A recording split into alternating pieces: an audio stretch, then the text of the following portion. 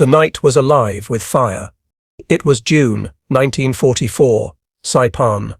For 3 days, the Japanese defenders had endured the unimaginable, the relentless roar of American artillery from offshore battleships and field guns positioned along the beachhead. But what came next, they had never seen before. Just before dawn, as mist rolled through the cane fields and ravines, a new kind of barrage began. The sound was sharper, faster, more precise. Each shell detonated not when it struck the ground, but in mid-air, exploding above the trenches, raining molten steel downward like a storm of razors. Japanese soldiers, trained to hug the dirt, suddenly found no safety below. There was nowhere to hide. Every explosion was perfectly timed, as if the shells themselves could think.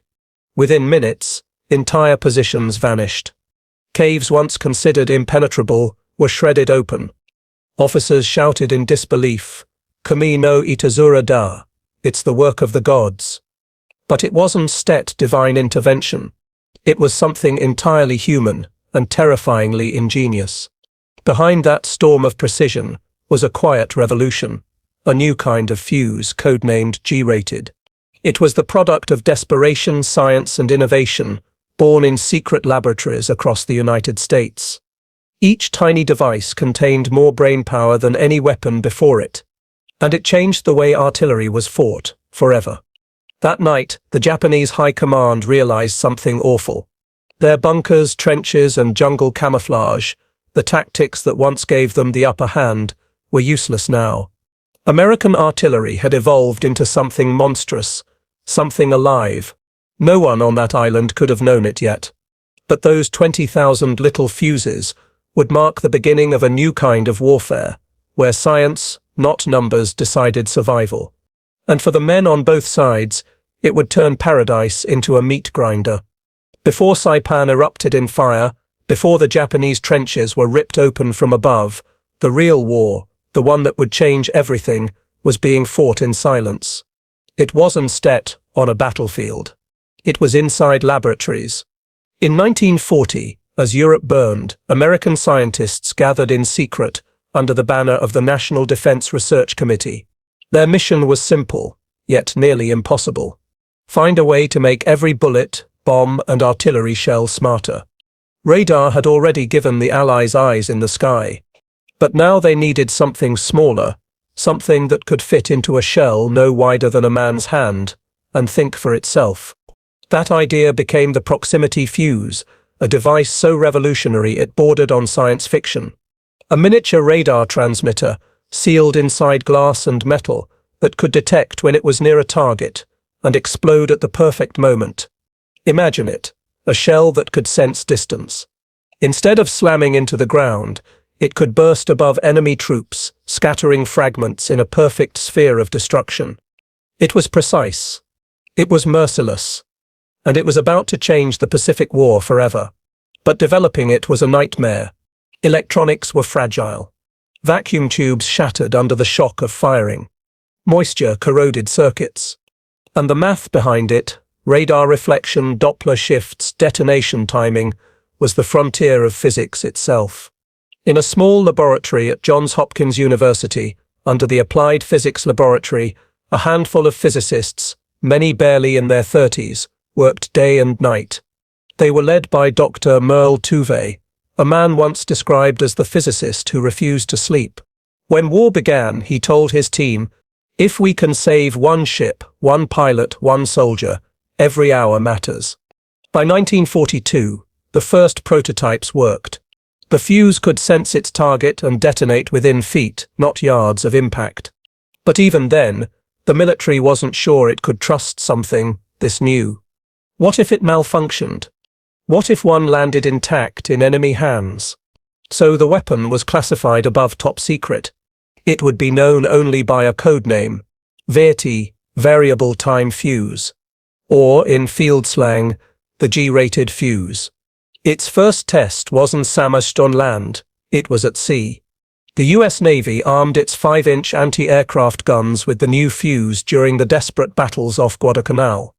When Japanese dive bombers swooped in, the sky filled with invisible radar pulses. Shells burst mid-air with deadly accuracy. Enemy aircraft that once tore through US fleets fell from the clouds in flames. An admiral later said, "It was as if every shell suddenly learned how to aim itself."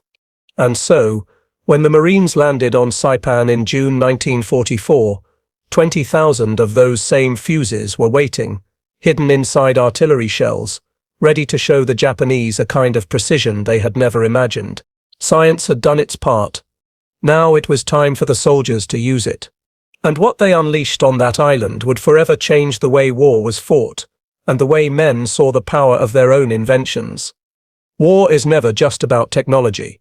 It's about the hands that load the shells, and the faces that disappear in the smoke when those shells fall. Saipan, June 1944.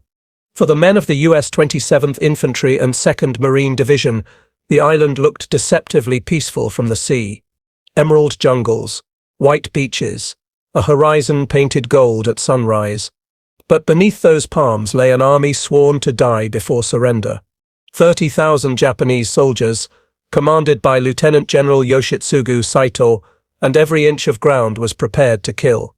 Among the American gunners was Sergeant Robert "Red" Hanlon, 22 years old, from Pittsburgh. In a letter to his mother, written just 2 days before the first shells flew, he said, "They tell us the new fuses will make our guns smart. But I still have to pull the lanyard. I just hope we don't get too good at killing." Each 105 shell they loaded was an unseen miracle of science, a VT fuse sealed and watertight, its tiny radar pulsing like a heartbeat. But to the Marines handling them, it was just another round. Their world was measured in yards gained and men lost. When the order came, the first barrages began. The noise was unbearable, a rolling wall of sound that shook the bones. Trees shredded, caves collapsed, and Japanese soldiers were caught in open ground, unable to comprehend why the explosions came from above, not ahead.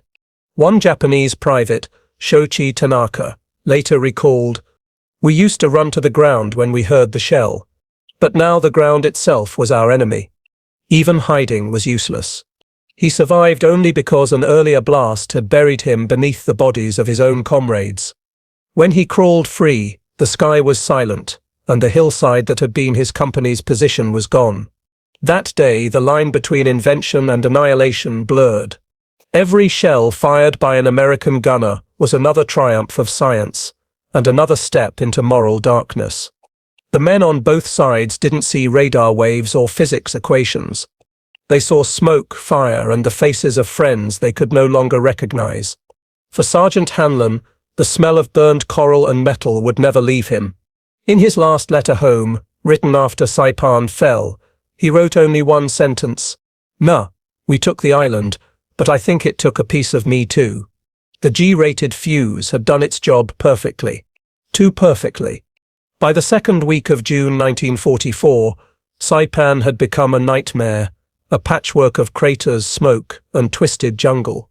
American forces had clawed their way inland, but every foot of ground was paid for in blood. The Japanese garrison refused to yield. Every cave was a fortress. Every ridge, a killing ground. And still, they fought on. General Saito had issued his order. "We will defend to the last man. There shall be no retreat. Let every man die with honor." For the Americans, that meant one thing: an enemy who would never stop. The Marines called it the meat grinder. And as Japanese resistance intensified, the smart artillery became their lifeline. Forward observers on the ridgelines, men like Lieutenant Ed Callahan, radioed coordinates every few minutes. Within seconds, the horizon erupted. "It was like calling lightning," Callahan said years later. "You gave the grid, and the sky answered." The G-rated fuses made that lightning precise, detonating just above enemy movement. Japanese counterattacks that might have broken through were erased mid-charge.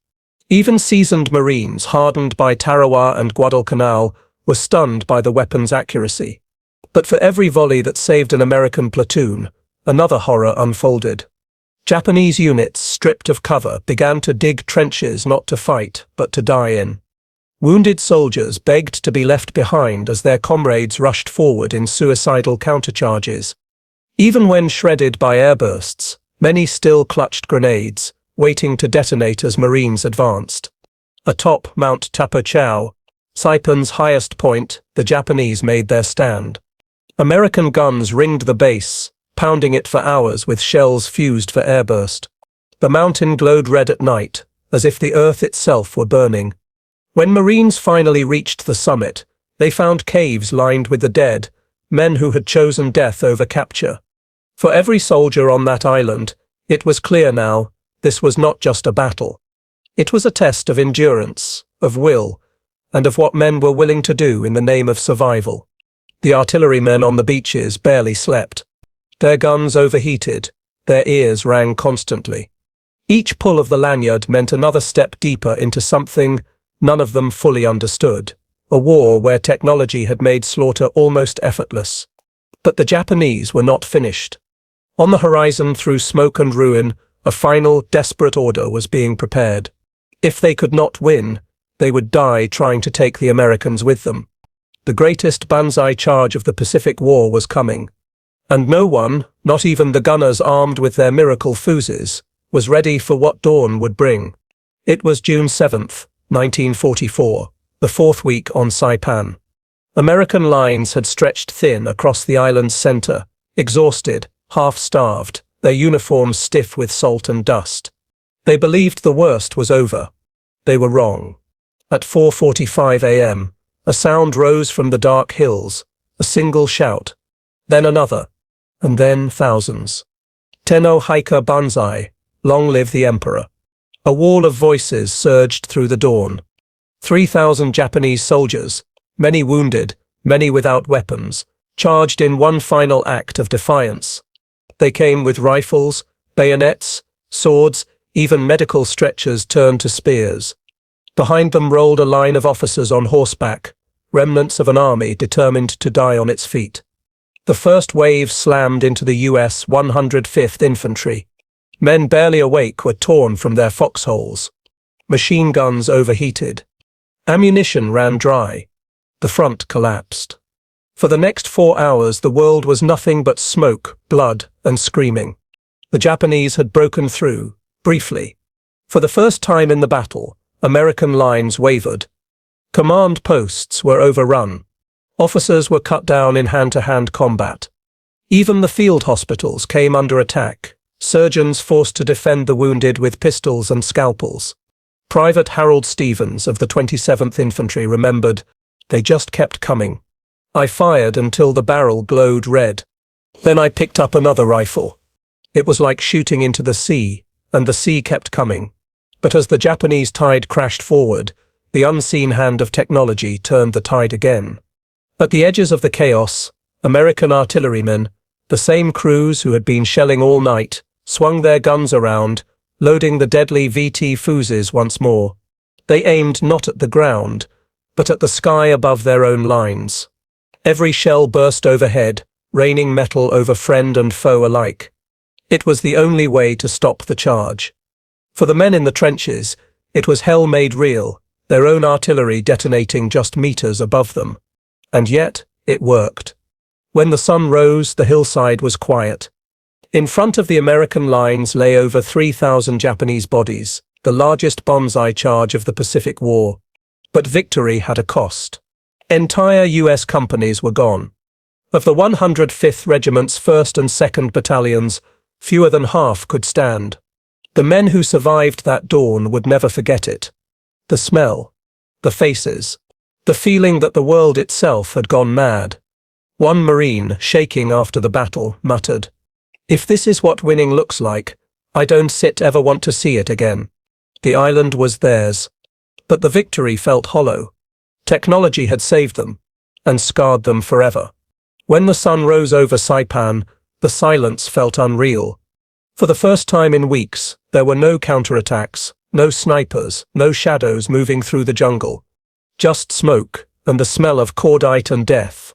The meat grinder had stopped. For the Americans it was victory, but a strange, uneasy one. They had survived only because of something few of them truly understood, a piece of technology no larger than a light bulb hidden inside the heart of every shell. The VT Fuse, nicknamed G-Rated to disguise its purpose, had proven itself beyond imagination. It could sense its target. It could detonate in mid-air. And in doing so, it had rewritten the very rules of combat. In the Pacific, it meant no foxhole was safe. In Europe, it would soon mean no aircraft could fly too low without fear. For generals, it was a miracle. For soldiers, it was a ghost, an invisible ally that decided life and death in milliseconds. After Saipan, word of the weapon's success reached the highest levels of command. General George Marshall called it one of the three wonders of the war. Admiral Blandy of the U.S. Navy simply said, "It won the battle before it began." But the scientists who created it didn't celebrate. Back in their laboratories, they watched the footage, the airbursts, the firestorms, and saw not triumph, but consequence. Dr. Merle Tuve wrote in his journal that summer, "We built it to save lives. But in doing so, we have made death more efficient than ever." Still, for the men in uniform, there was no time for reflection. The war pressed on. The next island waited. And the weapon, their unseen guardian, would travel with them, sealed in crates marked "Do Not Open," classified equipment.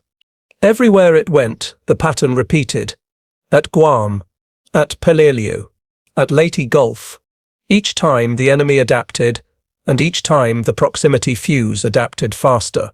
By the end of 1944, the Japanese began to understand they faced something they could not match. Their generals reported invisible shells that struck without warning, and machines that sense men. Rumors spread of American sorcery, of radar-guided bullets and thinking bombs. The truth was both simpler and far more terrifying. For the first time in history, machines were beginning to make decisions, however small, on the battlefield. The VT Fuse didn't think in the human sense, but it responded. It chose when to detonate.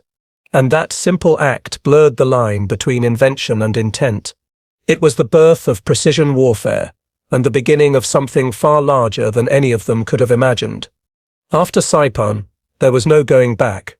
The proximity fuse, the little G-rated brain, had proven unstoppable. Within months, American commanders demanded it for every major operation across the Pacific. The race was no longer just to win battles. It was to end the war as quickly and decisively as possible. By late 1944, as the U.S. Navy closed in on the Philippines, crates marked VT Fuze, "Handle with care," filled the decks of transport ships. Every artillery battery, field, naval, and anti-aircraft was now armed with them.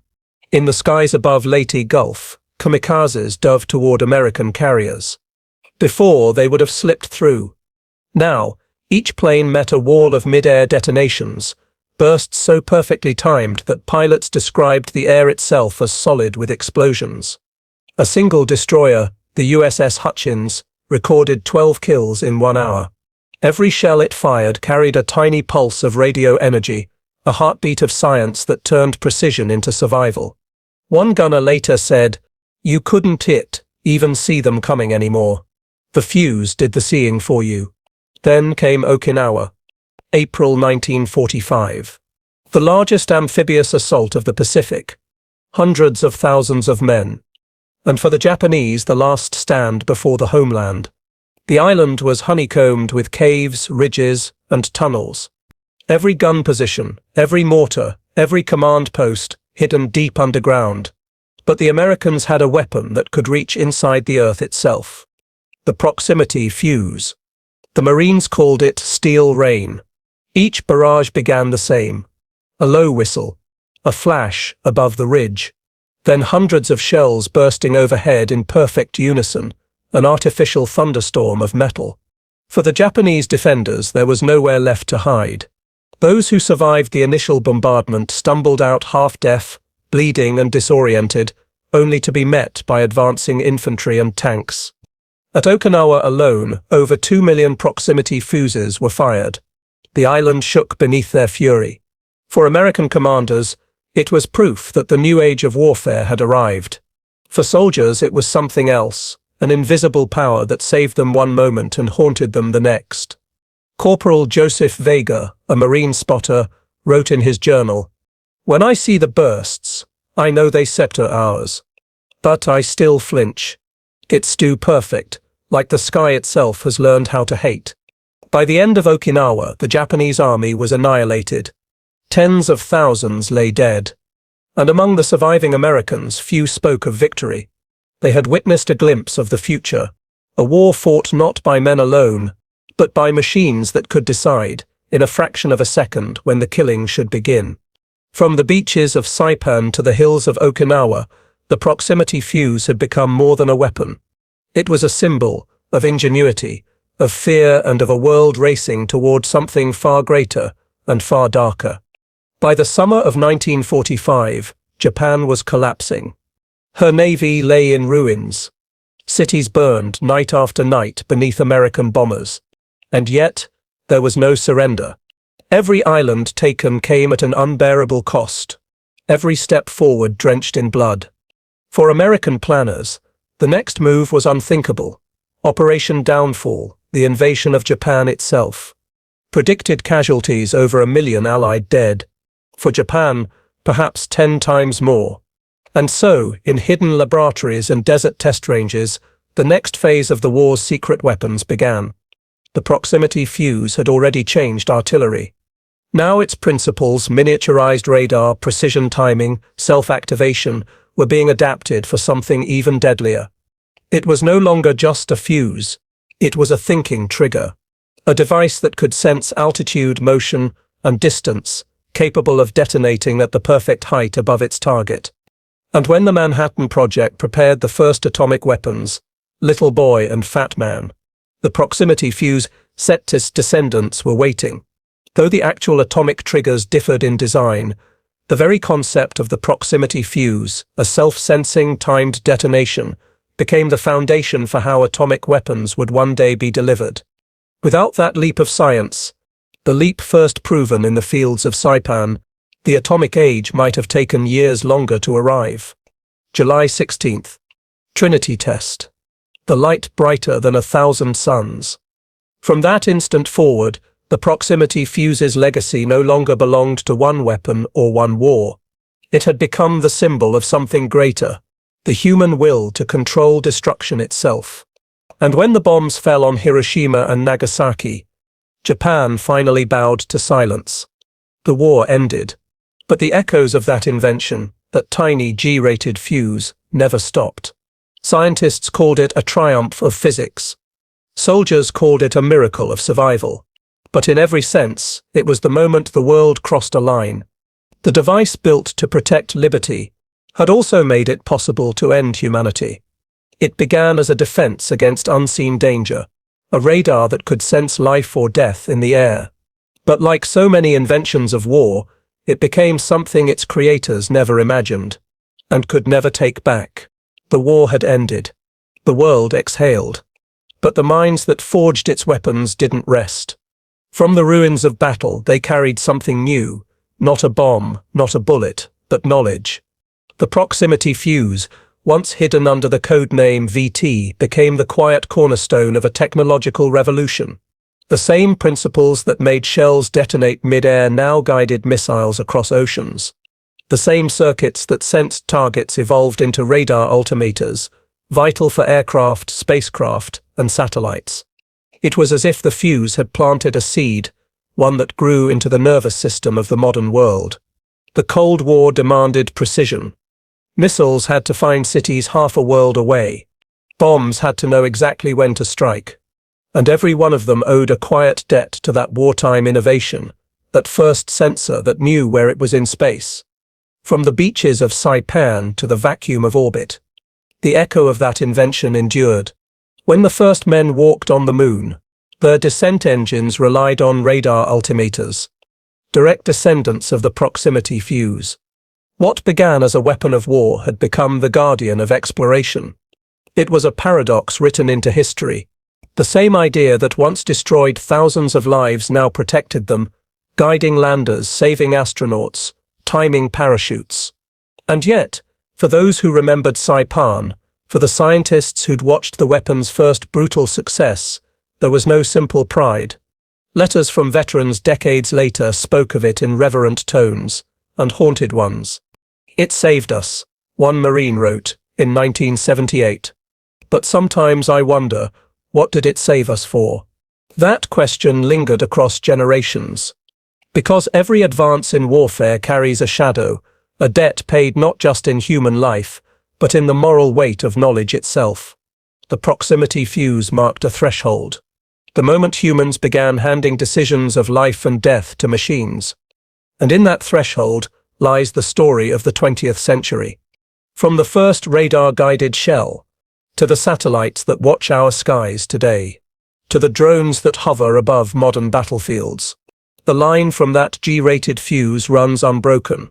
The world it helped shape is one of precision and peril, a world that remembers the lessons of war, or forgets them at its own risk.